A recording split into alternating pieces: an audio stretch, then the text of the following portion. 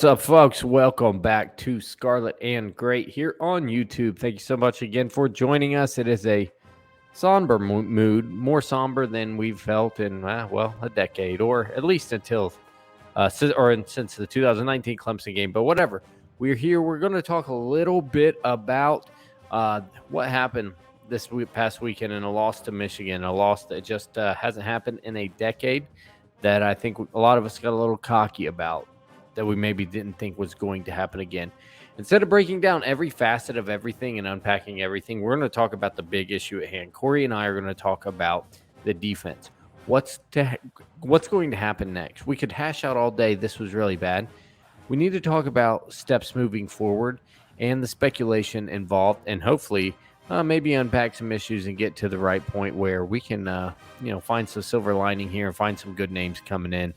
As always, we ask you help support this show. Help us get 4K subs by the end of this season. That would greatly help us out. We were hoping for a few more games between now and the end of the season. Looks like a bowl game is going to be the end of the season. So please subscribe. You guys are pushing us to that 3.7 mark. We're close to it now. So help get us over there and get us closer to 4 by the end of the season. We'll see what bowl season brings. Sometimes they're fun. Right now, I don't even care about a bowl game. I almost want to join the meaningless bowl game crowd, but I won't do that because that's not me. I don't think they're meaningless, but that's another topic for another day. Right now, I'm going to go ahead and bring in my fearless co-host and to all the ladies' delight, Corey Thompson. Florida Corey, how are you doing, my friend? I'm always doing fine until you make that comment when you introduce me. I know you're bashful about it, but if it's true, I have to say it, and it's just part of the show. It doesn't help us win football games, though. It does. Nope. It's like the OSU hype videos. They don't really help win football games. Apparently, none of the making of the hype video does either. No, it doesn't. Contrary to popular belief, they don't. Pre-game speeches, they don't even seem to be doing very good. Halftime speeches, probably not even. Halftime speeches actually make it worse. They seem to make it worse. Well, Corey. Yep. We talked about, we're going to just get into the defense, the topic at hand, because that's a big topic right now. Yeah, we can go through what's going to happen. We got a whole off season to talk about certain things. The defense, once again, a letdown, and a letdown in a head scratching way. Yeah, a way. I don't know if you saw the tweet from J-Book Corey. It said that, I think Detroit radio, they were just laughing that our refusal to put a little more pressure on the run game, much like it's much like the Oregon game, refusal to just crack replace, refusal to just run something different, just like the Alabama national championship game, just a refusal to do something a little different. This is getting like deep-seated, right? Like structural, fundamental issues here at hand, because I'm not sure, Corey, where we go from here. When I was watching the game, it felt a little bit like all the players that were sick this past week. Maybe Matt Barnes was sick too, and he was just either delirious or he passed it off to Kerry Combs. Like, hey, dude, he's an experienced caller. He's got it. It looked like a Combs style calling. I mean, not in the first half, but in the second half, it really did. I can't. As far as where we go from here, look, nothing is going to suffice for a Buckeye Nation except for a complete overhaul on the defensive side of the ball for our coaching staff. I don't know how. I mean, there's reports coming out that guys who are well connected to the program are saying that they think it's going to be a lot like 2013, where we have some change, but I think we're definitely going to have some change. I just don't know how much, and I just don't know that it'll satisfy Buckeye Nation if we're not going out there and getting Bill Belichick essentially to be a D coordinator. I mean, I don't know how much we're going to make a big splash. I don't know how we're going to talk about how realistic some of these names are that we're being thrown around. Also going to throw out some names that are on my personal wish list, but they're not realistic. And I don't mean names like, Bill Belichick. I mean, that's not what I mean actual names that could be defensive coordinators at Ohio State. But as far as where we go from here, Day has to sit down and evaluate the entire defensive staff and just say who needs to stay, who doesn't. Now there's increasing rumors that Larry Johnson might be ready to retire, and he's easily our best defensive coach. So there's a rumor that he retired in the third quarter. Did you see that? Well, he may I not should have. start that rumor. He may not have, but I think the defensive line itself filed for retirement after that third quarter. I mean, they played like their coach retired in the third quarter. They played like he died, dude, and they were depressed. They didn't play like he retired. They played like he literally died on the sideline, and they just were distraught about it. But no, I mean, it's just as far as where we go, we're gonna get into that, aren't we? Where do we go? Where do we go from here on? Yeah, take it away. Like, I want you to kind of drive the structure because you built this. Like, because I built it. Yes, you built this city. I built this city. I hate that song.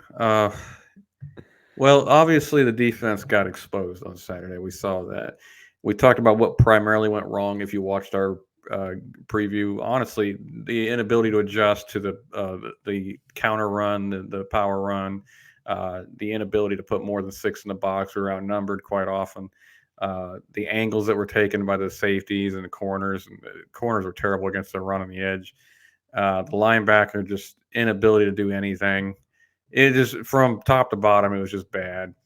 And the argument right now is it coaching or execution? And the ironic thing is actually there's some former Ohio State players like Aaron Conley that are saying the execution's the problem instead of the coaching. I was like, wait a minute, I mean, I appreciate you trying to take responsibility as a player, but I think it's a combination of both. But I think it goes more to coaching because we've had these problems for 2 years now. Mm-hmm. Some of the same problems over and over again.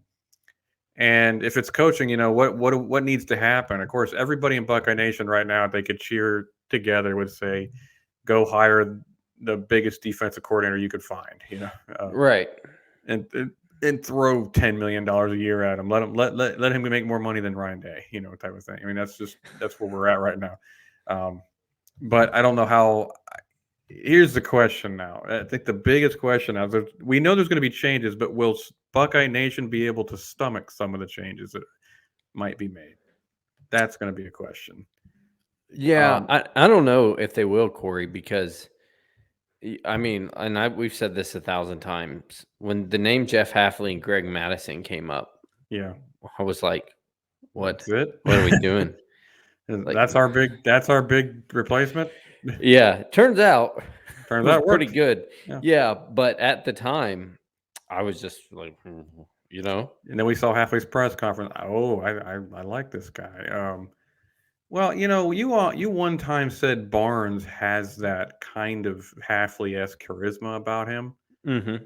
You're not saying he's Hafley. I get what you're saying. You're just saying in a press conference, you see a little Hafley in him.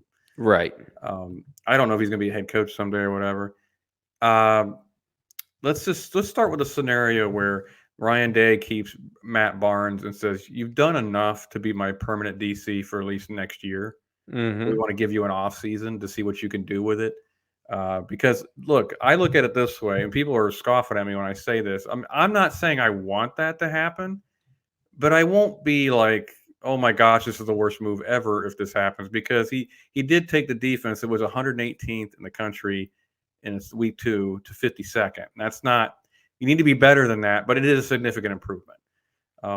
Yeah. I'd say he had 2 poor games as a DC, and it was against Michigan and against Purdue. Again, he deserves all the heat he's getting because it's a really poor game against the worst team you can have it against. Yeah, it was fundamental. It was terrible in a weird way. I don't know how to put this. They ran one play. I know it wasn't the same play. A-gap runs. Yeah, you couldn't stop it. And the thing is, it's a vanilla offense that played vanilla against you, mm-hmm. and they went ball control. When they have a ball control offense, they need to control the ball. They're not going to throw it. There's 5 minutes left in the fourth. What do you think they're going to do? Yeah. What do you think they're going to do? They're up by 15. And we played it like they were the freaking like they were the 2007 Patriots. And McNamara's Tom Brady. Yep. And Corey, that's what is.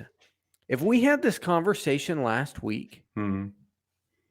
my tone changes completely. I'm like, yeah, let's roll Matt Barnes. Just do it. And now I'm kind of like, Now I don't know. yeah, I don't know. I don't know if I want him anywhere. Well, what frustrates me is the convenient argument here. Now he did blow his wad in a big game. He did terrible in a big game. There's no question about that. But to say Michigan State the week before wasn't a big game. I mean, it was a 7th ranked team in the country, and they had a really nice offense, and he just destroyed it. He made it look ridiculous. So you could say that, okay, so 1 week to the next, you just don't know what you're getting. I know we know Ryan Day has a big man crush on Matt Barnes. I just wonder if he's going to look at the overall season and go, it's going to be really hard to try to bring somebody else in. I might just stick with Barnes for now. And you want to know another thing: if Kerry Coombs doesn't stay on as a DB coach, does he slide Paul Rhodes into that spot from an analyst position and become because he has a history of working with defensive backs? Does he become kind of the co-DC, help Matt Barnes as a play caller because he has experience in that, and put Rhodes in the booth and let him get a bird's eye view? I mean, does that work? I don't know if that works or not, and I don't even know if that really necessarily helps recruiting or not. And I don't know if it even solves some of the other issues. Just like the other issues is why Washington need to go.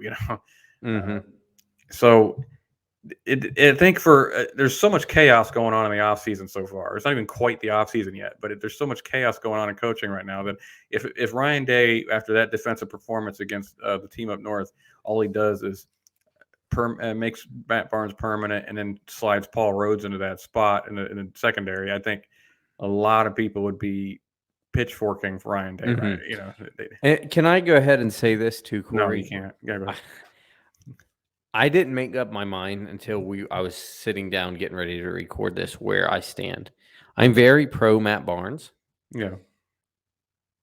I'm trusting my instincts because of other conversations we have. I don't want Matt Barnes anywhere near this defense. I don't want him. If he is the play caller next year, I'm going to go root for Cincinnati. Cincinnati. That's not a literal statement, but I'm going to be gravely upset. What I saw was so bad. It wasn't, I'm not getting into it. It was so bad, you don't get another shot. That's like someone saying, I burnt your house down. I could do better, though, since you hired me to mow the lawn. I could do better if I had an off season. I'm saying, you don't need an off season to know how to stack the box. Look, I want Matt Barnes on this team. I shouldn't say anywhere near the defense. I want him to do basically. He was never supposed to be this guy this early.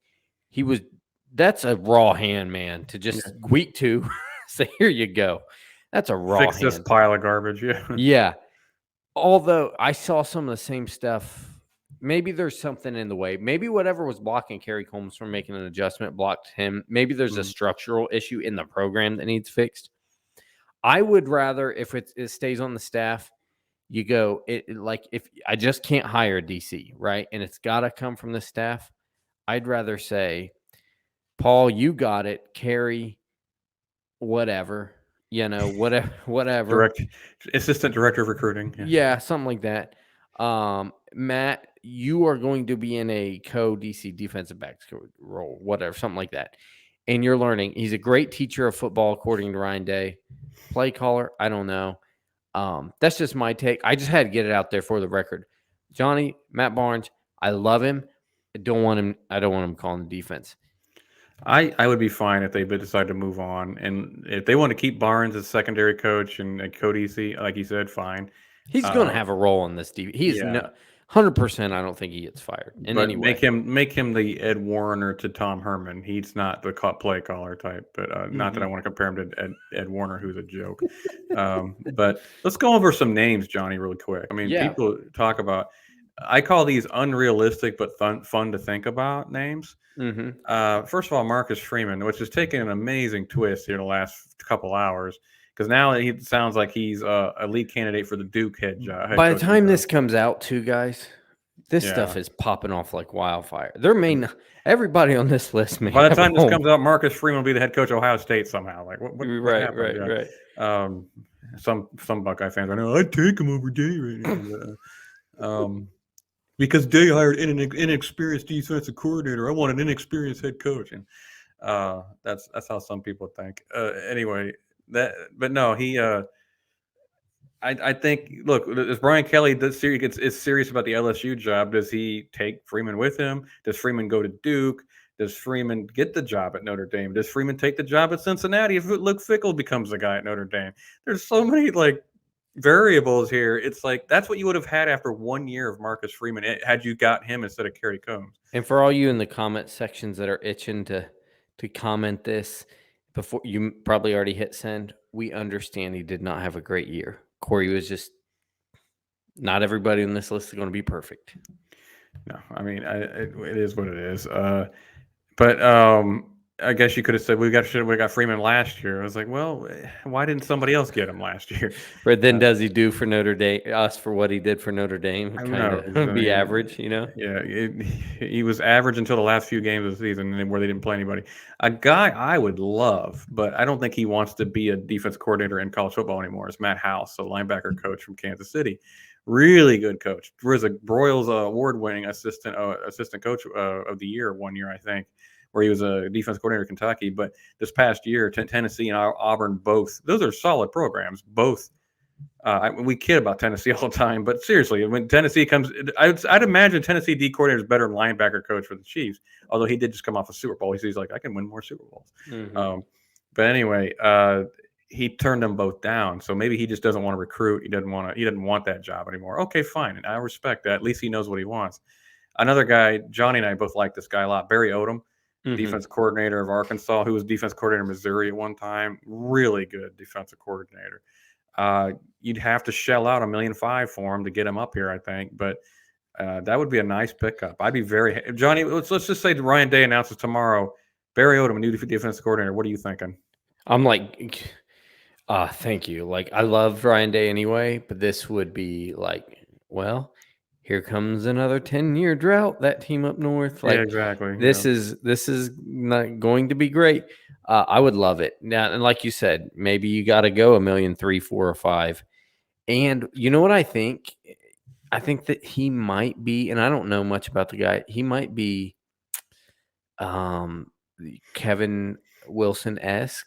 Or Larry Johnson-esque, that this could be, if for that much money, this could just be his last stop, and we don't have to do this revolve, and we can do that whole system thing where we build a system where the next guy on the staff is being groomed when he can groom the next guy by the time he's done. Yes, yeah, and then the one behind him can, like all of that. That would be fantastic. I'd tell him, look, you're going to compete for not only conference titles but actually national titles here, whereas Arkansas, you're not getting past those bigger schools up there. And for those of you that say like, well, he's running this goofy 3-3-5 and was 46th in rush defense, I think that was because of personnel. Again, it was Arkansas who was terrible last year, and look at them now. So they're okay. And I will also say this, Corey, like Dylan Freeman, a good friend of the show, said that he's not just a 3-3-5 guy or whatever. He fits it to the personnel. Right. He's taught 4-3-3-4. This lighter box stuff. He fits it. So I like the name Barry Odom. A name I'm going to bring up now. Nobody knows. I promise you. But he's been a 2-time nominee for the Art Broyles Assistant of the Year award. His defenses are consistently in the top 10 the last 4 years. I think this year they were 17th. Oh my gosh, just fire him. David Reeves from UAB has done an absolutely excellent job with that defense. I mean, their defense creates turnovers, gets sacks, tackles for loss. You say, well, it's in that conference. I don't care. Level to level, he's crushing people. On his defenses. Well, how else do you discover lower level? Yeah, I mean, you want a guy who has experience play calling and has an experience successfully. You imagine if Florida or if Utah was like, I don't know, Urban Meyer was only good at Bowling Green. Yeah, that's in that conference though. Well, imagine Bowling Green, Urban Meyer. I don't know. He was only a receiver coach. Yeah, imagine Florida. Well, he was only at Utah. Yeah, exactly. I mean, you're right. And David Reeves would be, if they hired David Reeves tomorrow, I'd be excited. Like, oh boy, this is going to get good. Hats off to you. That's a hat tip, good sir, of even knowing who this guy is. Yeah, I got to give Dylan Freeman the hat tip. He brought his name to me. Okay, I got to say, yeah. Who's paying attention to University of Alabama? I'm getting my eyes beat shut on this list here because I'm like, good job, Corey. You certainly used your day off well today. Yeah, exactly. Another one, I actually like this idea. I just to keep him away from McDonald's. Jeremy Pruitt. He's a defensive analyst for the New York Giants right now. Bring him in. Pork chop Pruitt. I just bring him in. Why not? I mean, he's a Bama guy, or he's a Saban guy. He comes from he's not a head coach. Okay, fine. Come be our defense coordinator and get our defense to be nasty.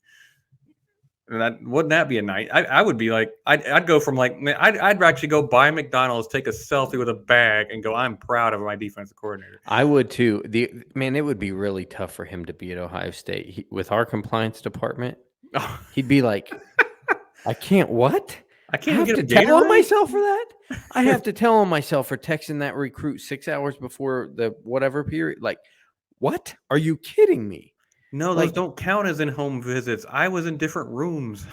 I let him have the apple off my lunch tray. That's an improper benefit. I didn't charge it to his meal plan. Are you kidding me? Like, I tied his shoes for him. What do you mean I can't give $100 high fives after a good tackle? Like Odell can do it. Right. He would probably have a tough time with that after coming from Bama and then obviously Tennessee. And, in his defense, I'm sure he'd say something like, look, when we gave bags full of cash, McDonald's bags full of cash at Bama, no one said anything. Yeah. I was confused that was illegal. I mean, I'll put it this way. I'd still take him. I don't care. But 100%. There's some guys here that I would think are not splash hires, but they're somewhat possible. Like Randy Bates, who's an OSU grad. He's a DC of Pitt. John Heacock, DC of Iowa State, brother of Jim Heacock. I know a lot of Buckeye fans love Jim. He's 61 years old, but do you care? I mean, Larry was 61 when we hired him. Bill McGovern, a linebacker coach for the Chicago Bears. He has ties to Ryan Day via the Philadelphia Eagles and Boston College. And that's the kind of thinking, Corey, that I think actually where this probably ends up. You got to have some kind of tie. That's just the way it works in this business. Well, Jeff Halfway was a tie. We're like, well, where did Jeff Halfway? Oh, they were San Francisco together. Okay, that's where that happened. I'm not saying it'll be Bill McGovern, but the Bears have a solid defense, and he's not a terrible coach. I don't know if means he should be a D coordinator, but does Ryan Day look at him for that spot? Jim O'Neill, he's the current defensive coordinator of the 103rd ranked defense for Northwestern. Please don't go that route. He has ties to Ryan Day from the 2016 San Francisco 49ers. Another guy, Jerry Zanaro, I don't know how to say his name, but he's currently Chip Kelly's defensive coordinator at UCLA. 48th defense in the country. Obviously, you can see the ties to Ryan Day on that one for San Francisco 2016, plus Chip Kelly is one of Ryan Day's mentors, which would explain the bad defense. Let's see here. Another one. Just look, Paul Rhodes. Does he end up going that route? Just like a slip him in there from the analyst position because of his experience as defense coordinator. None of those are names that you'd get excited about. But that's the kind of thing that happens. I wasn't excited about Halfley at all. Until I heard him speak, and I thought, "Wow, he's actually impressive." And then you see the product on the field was actually excellent, and he's going on he just got a 5-year extension at Boston College today. So I think that's the way you got to think. Who's he has ties to? But Johnny, why don't you talk about this a little bit, man? It's looking like there's going to be a lot of coaching turnover, man. I mean, not even just the defensive side of the ball. Yeah. So you have some names that look like they may be gone, right? Not necessarily all of them fired, but just hired away, whatever. Oh, real quick, I'd like to say wish list also Bobby April, one of the linebackers coach from Wisconsin. Shoot, I'd go poach somebody from Iowa if I could. I just don't know if you can. Yeah, I mean they're good all the time. It ain't gonna be Phil Parker, but go for somebody on that staff. Yeah, and I also want to say this, Corey, whoever it is, I think this is if they've never been a defensive coordinator before, right? I think he'll get Paul Rhodes to be co-DCs with him. Yeah. Because he protected Jeff Halfley in a sense. Greg Madison. Exactly. Yeah. And I think Ryan Day is going to go back to that and go, no more. I'm putting these guys in a position to fail if I put 2 co-DCs or 1 co-DC who's never called a play before. So even if it is Barnes, it's going to be with Rhodes. Yeah. And even if it's not Barnes, it's going to be maybe it's the guy from Chicago Bears with Paul Rhodes. But for the sake of time, I'll move on from that. Greg. Oh, and look, another one named Dante Williams, the current interim head coach of USC until Lincoln just got there. Keep looking, keep an eye out for Yeah, him. yeah. Go ahead. Coach is gone. Coach Stud. I'm not even going to pretend to know his Greg Yeah. Um, look, no bucks, no crocodile tears are going to be shed here. I think the guy. Now, granted, people say can't recruit. Maybe we did have like 3 5-stars on this current O line.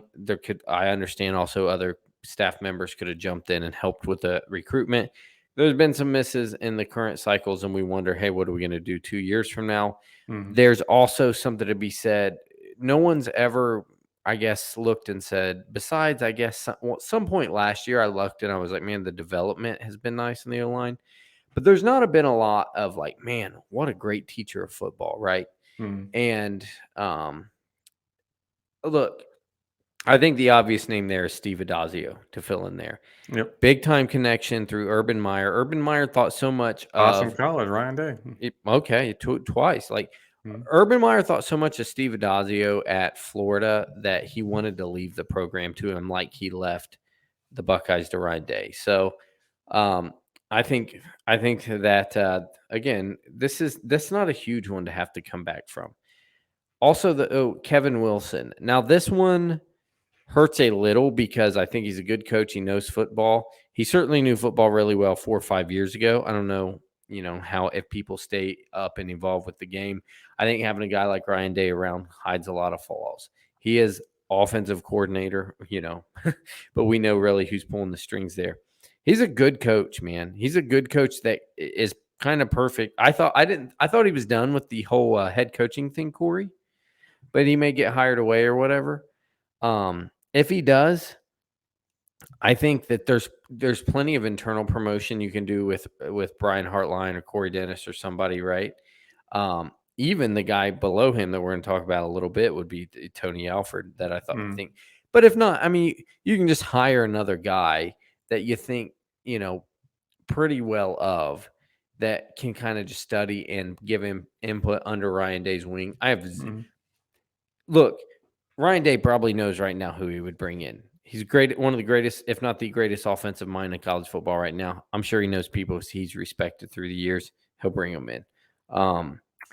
But yeah, as I alluded to, Tony Alford, I think, Corey, this one hurts a little bit because I respect the heck out of his recruiting and his development.